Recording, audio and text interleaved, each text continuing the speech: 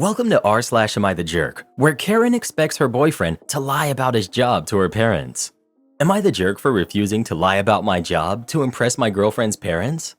I, 28 male, have been dating my girlfriend Sarah, who's 26, for about a year now, and things have been going great between us. However, recently Sarah asked me to do something that's made me very uncomfortable. We're planning to meet her parents for the first time next week, and she asked me to lie about my job. I'm a graphic designer and I love what I do. It's a fulfilling career that allows me to be creative and work on a variety of interesting projects. But Sarah thinks that her parents will look down on my job because it's not as high-paying or prestigious as some other professions. Sarah comes from a family of professionals. Her father is a lawyer and her mother is a doctor. She's worried that they won't take me seriously or approve of our relationship if they know what I really do. So she asked me to tell them that I'm a lawyer. She even went as far as to coach me on some legal jargon and give me a brief background story to go along with the lie. I refused because I don't want to start our relationship with her parents based on a lie. I told her that if they can't accept me for who I am, then it's better they know the truth now rather than later. Sarah got really upset and said that I was being stubborn and unreasonable. She thinks that I'm making this a bigger deal than it has to be and that I'm not understanding how important her parents' approval is to her. She's been distant and cold since our argument, and it's making me question whether I'm in the wrong here. On one hand, I understand that she wants her parents to like me and support our relationship. But on the other hand, I feel like asking me to lie about something as fundamental as my job is crossing a line. It's not just a white lie, it's a significant part of who I am and what I do. So, am I the jerk for refusing to lie about my job to impress my girlfriend's parents? Edit. Reading all these comments is making me second guess everything, and it sucks. She's still my girlfriend and I still love her, but now I'm starting to wonder if she really loves me back. This whole situation is making me feel really confused. I didn't even think it was that big of a deal before hearing what everyone had to say. Earlier, my only concern was lying. Now, after seeing around 500 people saying things like, she doesn't respect me, she's embarrassed and ashamed of me, she's a serial liar and manipulative and deceitful, it feels like it goes much deeper than it looks. I'm going to have a talk with her this evening. I still don't know how to approach this because she's already on edge, a bit hurt and distant, and I don't want to say something that will make it worse. Even after all this, I still love her, and unlike what everyone is saying here, I won't just dump her after a year of our relationship without trying to talk it out first. It's been a good year together, and I owe it to both of us to at least try to figure this out. Edit 2. For everyone wondering why I haven't met her parents, even though we've been together for a year, the thing is, Sarah has low contact with her family, and they're not very close. They don't even know where she lives, just the city and the state. For those asking what she does, she has a job in marketing and makes half of what I make. Ironically, her parents don't have a problem with that since they're more traditional and old school. They believe it's a man's duty to get a house, pay for the kids, etc. Let me add that Sarah doesn't share the same thinking. Her being low contact with her family is one of the reasons she says they won't find out and I should just lie to them. Not the jerk. If her dad is a lawyer and you say that you're a lawyer, the first thing he'll do on the following morning is look you up in the big book, the bar directory and lawyer finder, and guess what? You won't be in it. You are then either a liar or a fraud, neither of which is going to impress them. If you need to lie, always lie with some element of truth. Think of the best graphic design and mention you were involved. OP. Sarah actually assured me that she would handle everything. She specifically mentioned that I should say I'm a corporate lawyer because her father is a criminal defense attorney. She insisted that her plan involved presenting me as a corporate law consultant, emphasizing my role in visual branding for legal firms. She thought this way, the chances of him probing too deeply or finding discrepancies would be minimized since our fields wouldn't overlap much. Update next day. So I finally confronted Sarah about everything and it didn't go well.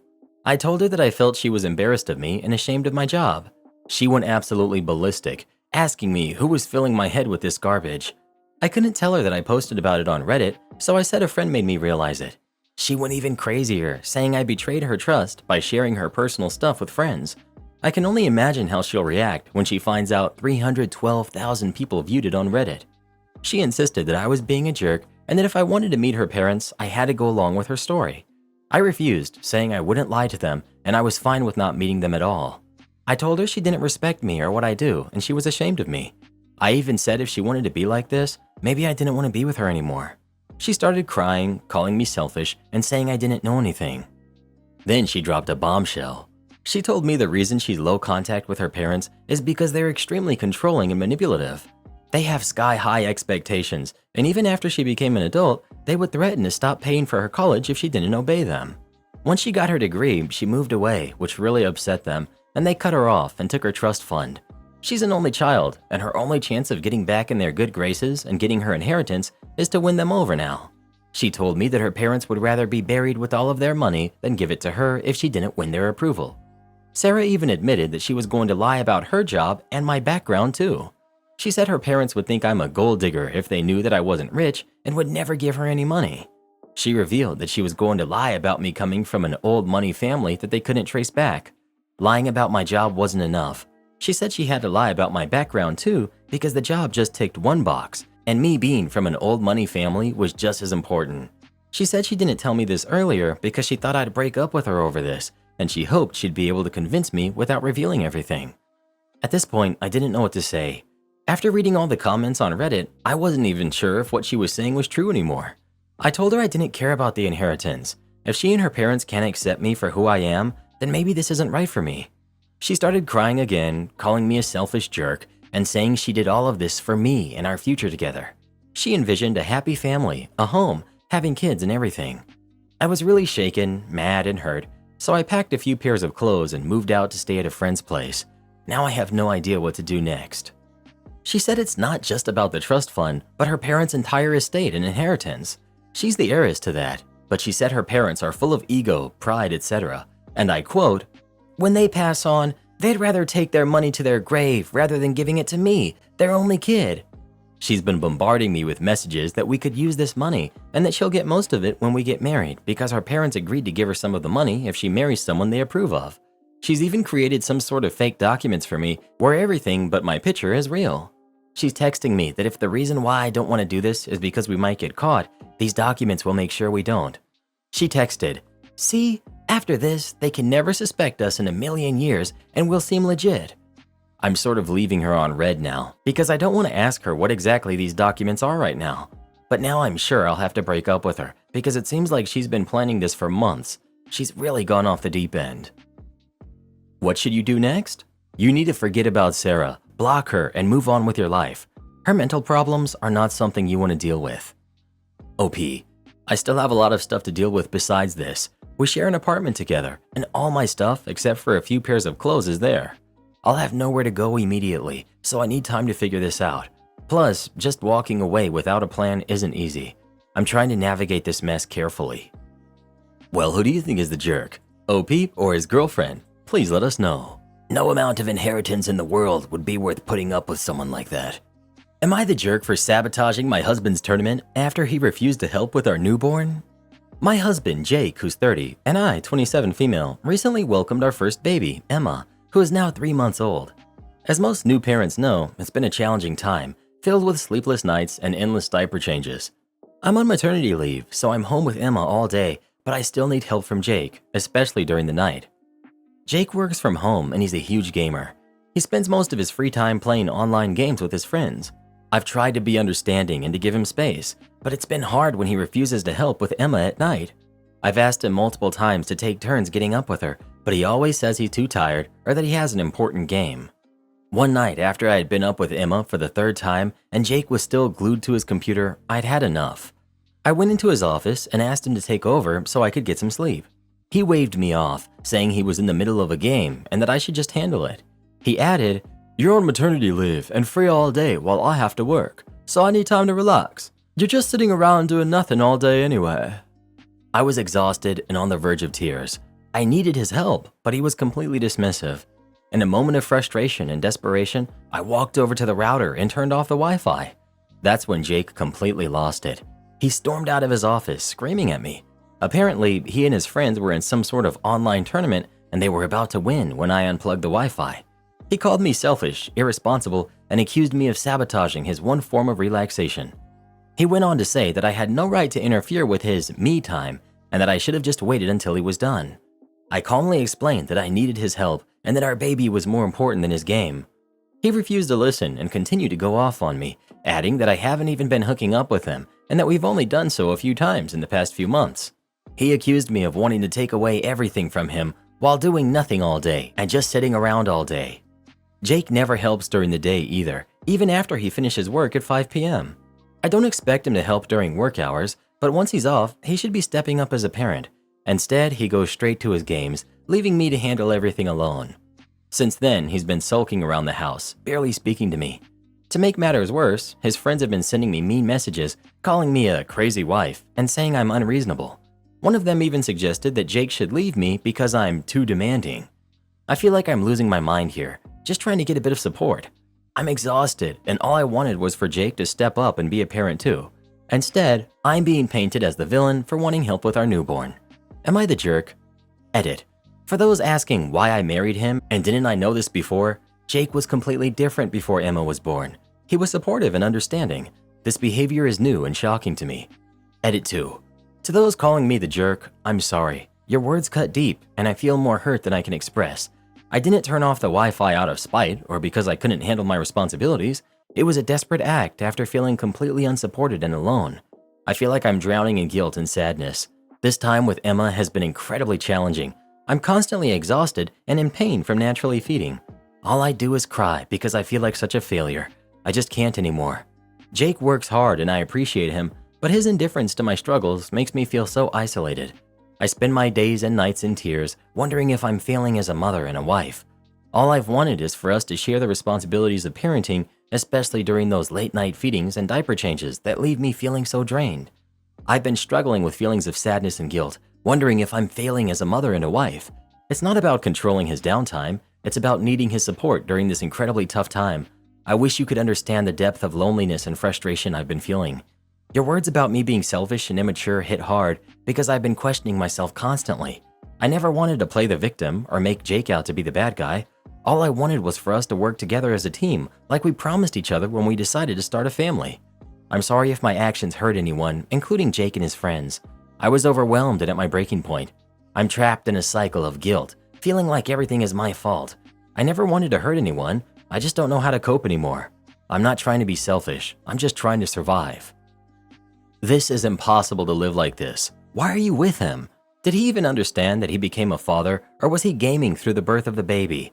I'm a mom of a small baby as well. I read through your post and I'm terrified. Please get him to therapy or to court. Not the jerk. Not the jerk. You're not unreasonable for wanting help. It's his baby too, and he needs to act like it. Your husband needs to realize that being a parent means making sacrifices and stepping up to help, especially during the tough early months.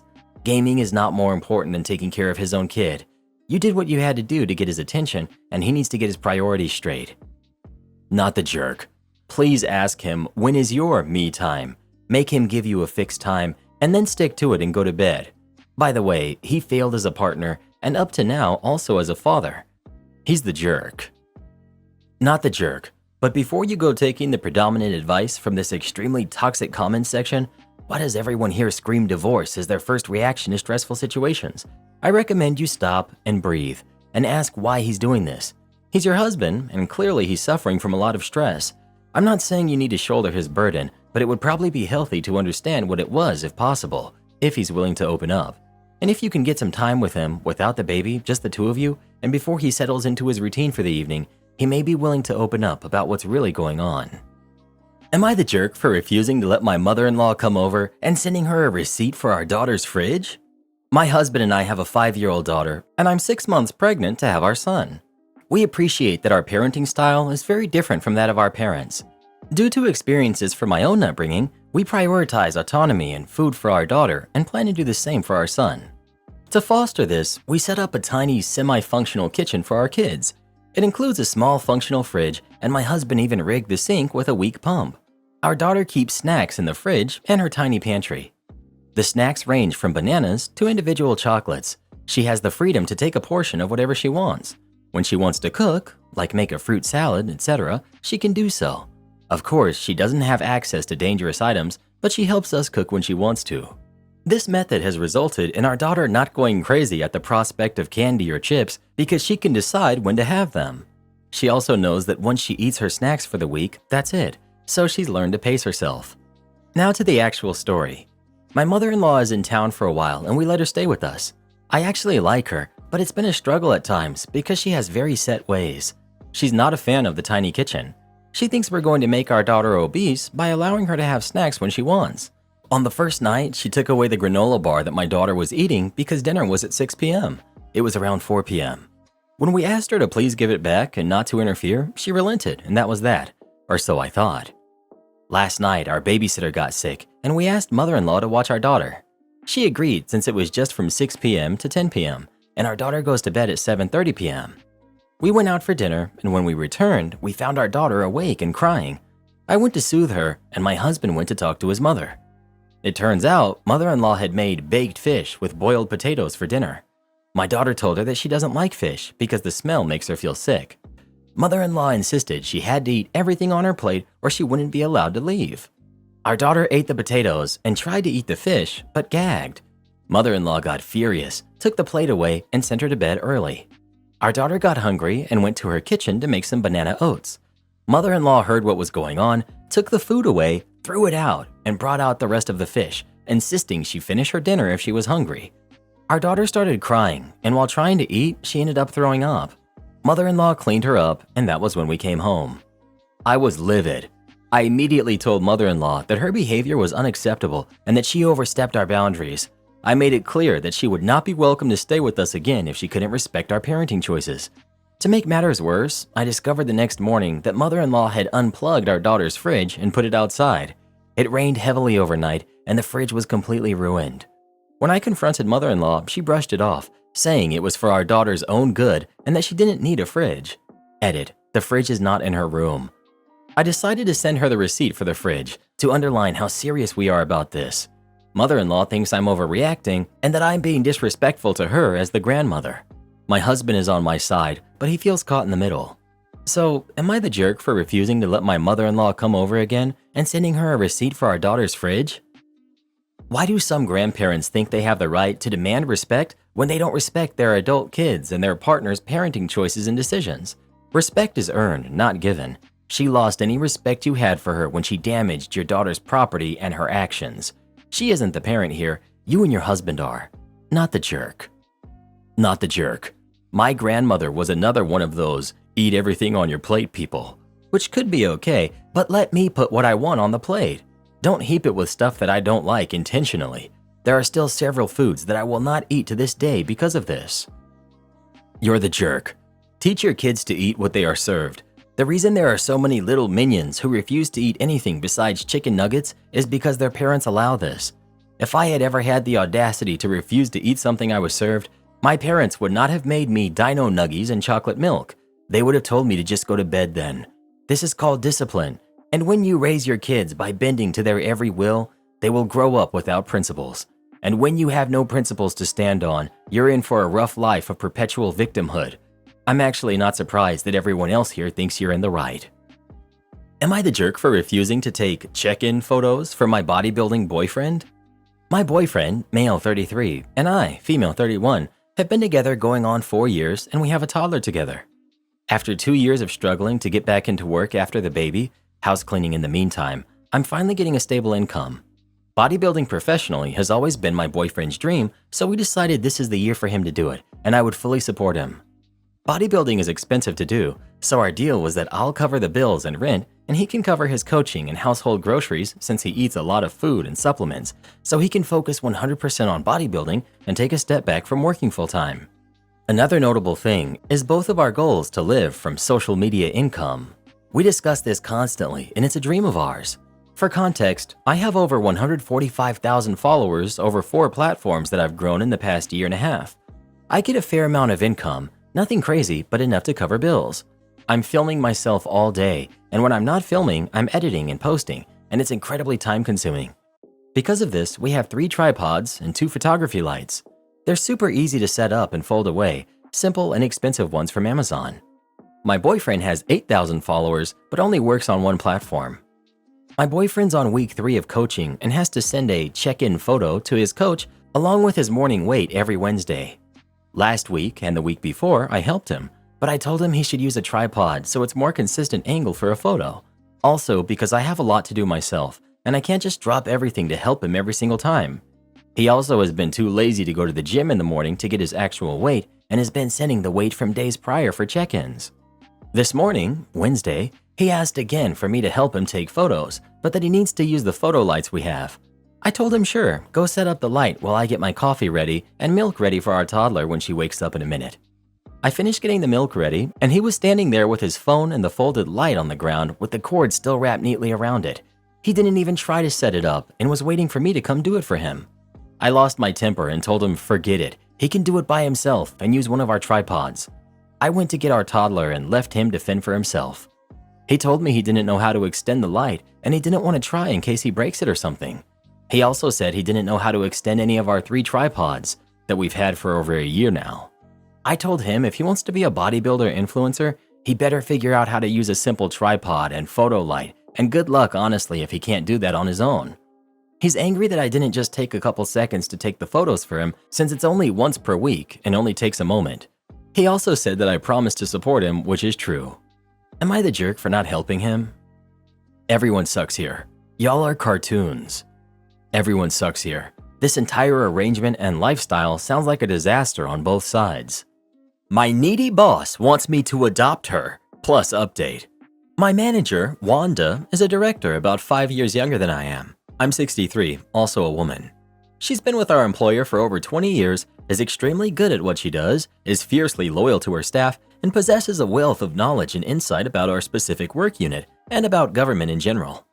She's also emotionally juvenile, totally self-focused, extremely needy, has never had any kind of a romantic relationship in her life, and her completely perfect parents gave her a completely perfect childhood that left her unable to trust any man outside of her own family. I'm no expert, but I'd wager to say that a good psychiatrist could probably get at least 2 or 3 dissertations worth of material out of her. Not that she'd ever consult one, since she is completely perfect. At the time I was hired, Wanda was going through some rough times. She had spent her entire adult life living at home caring for her elderly parents, who were both in fragile health and nearing the ends of their lives, so she was under tremendous stress. I had lost my parents some years previously, and I tend to be the empathetic and nurturing sort. I also did not realize at that point just how messed up Wanda was emotionally. I made the huge mistake of trying to be supportive as she dealt with caring for her parents during their final illnesses. I encouraged her to chat about books and theater, invited her to join my spouse and I for a couple of concerts, and even invited her to a family Christmas meal the year her second parent passed. Understand, she does have family nearby. She has one brother who she barely tolerates and a sister who she adores. The sister and her husband were out of town that year for Christmas, and she didn't want to go to her brother's celebration, so she hinted and hinted until finally I broke down.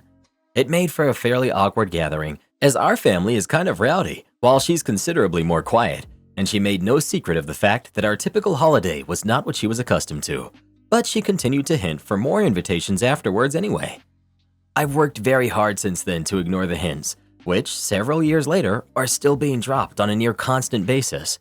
I've extended no more invitations to family celebrations and have worked with other family members to shift hosting duties elsewhere, because if I'm not hosting, then I'm not in charge of the guest list. I've limited outside the office contact to a once-a-year concert and a couple of dinners. My spouse thinks even that's too much, and I don't disagree. However, given that Wanda is my boss, I also don't know quite how to completely exclude her without repercussions. A few weeks ago, she came to my cubicle in a flood of tears with the news that her adored sister is, selfishly, moving across the country to live closer to her kids. She sobbed that she is being abandoned and that I need to adopt her because she won't have any family that she likes in the area anymore. She expects to be included in family gatherings, all concerts and theater plans, and also made it clear that she'd like to go with us on vacations. The absolute last thing in the world that I want is to adopt my needy, clingy boss and include her in every single non-work activity I engage in. It would unquestionably end my marriage and quite possibly drive me over the edge. I can't afford to take early retirement, and at my age, I'd never land another job in my profession at my current income. Going to HR is out of the question because there's no such thing in my workplace as confidential reporting. Firing people is nearly impossible due to the civil service system, so I'm not concerned about that. But in her position as my boss, she could very easily make my work life intolerable. She has done so to others in our section who angered her, such as by going to HR with a complaint. Do you have any suggestions for how I can establish appropriate boundaries at this stage of the game? Or am I just stuck providing emotional support to this woman until one or the other of us retires or passes on? Update. I wrote her a letter about it, and I realized that a big part of the issue for me has been that while Wanda makes herself very, very clear about what she wants, she does so with passive-aggressive manipulation tactics rather than by outright asking for things. And because I had a parent who did the same thing, and on whose account I spent a number of years in therapy, I'm rather more susceptible to that approach than I'd like to be. Your comments were incredibly useful in helping me realize how deeply I had gotten pulled back into the same kind of unhealthy relationship that had caused me so much angst when I was younger. The first thing I did was sit down with my husband and explain the whole thing to him. I wanted him to know that I was going to start setting limits with Wanda, and that part of the limit setting would involve casting him in the role of hopeless romantic who insists on lots of couples-only time. Once we both stopped howling with laughter, which took a while, because Bob's about as romantic as a box of hammers, he readily agreed to take the heat for me. He's a good guy. So when I put in my vacation request for this summer, and Wanda asked, "And where are we going this year?" I chuckled ruefully and said, "Bob is such romantic that he insists on us taking a mini honeymoon together every year, and he doesn't want anyone to know where we're going, even our kids." She pushed back a little, even to the point of saying she could easily take the same week off. But I basically took the approach you suggested, treating it as a joke, which worked quite well. Then of course lockdown came along, and we had to cancel our plans. But if it worked once, it'll work again.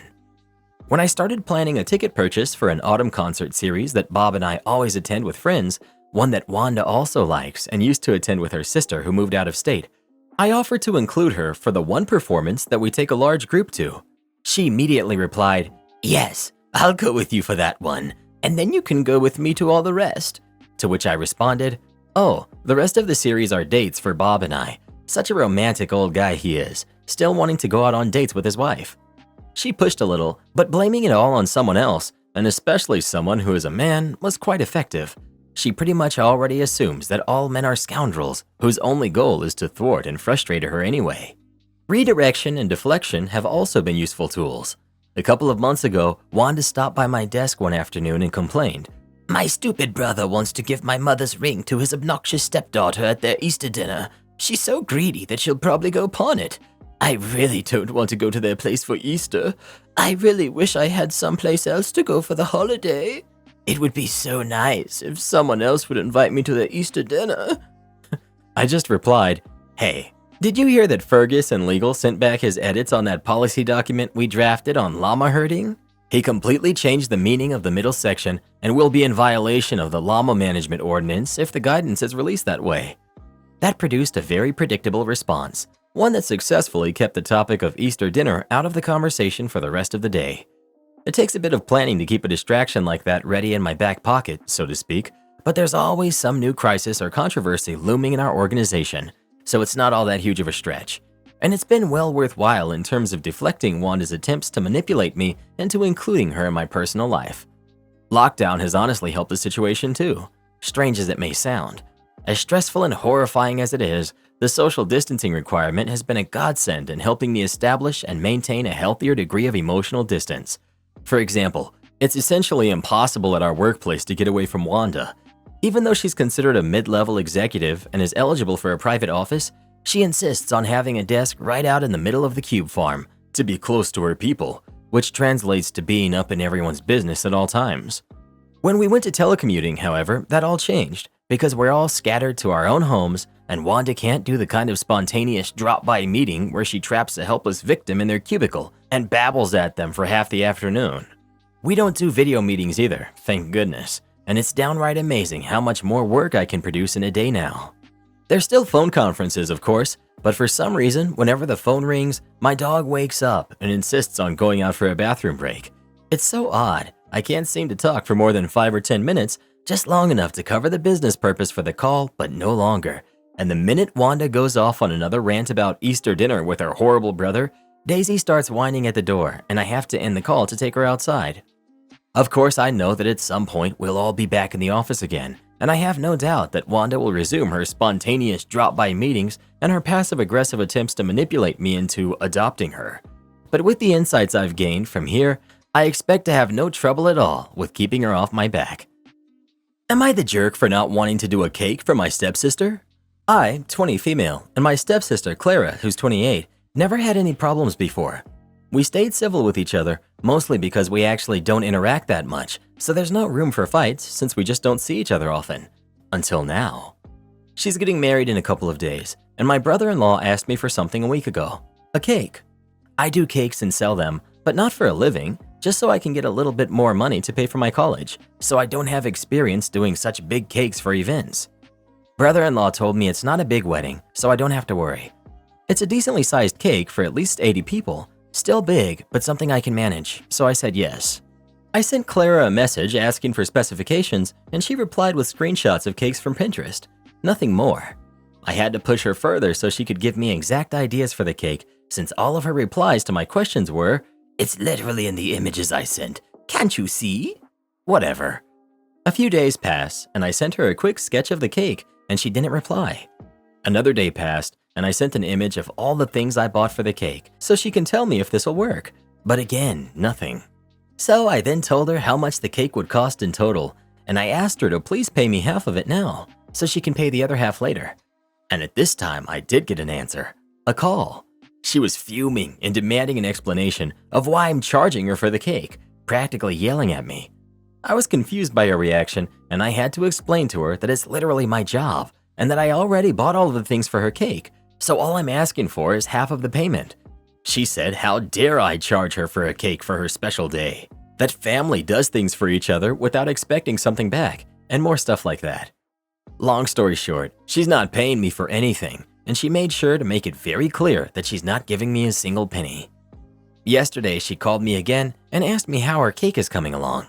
I told her I'm not doing anything since she's not paying, so if she wants a cake, she can go ask someone else.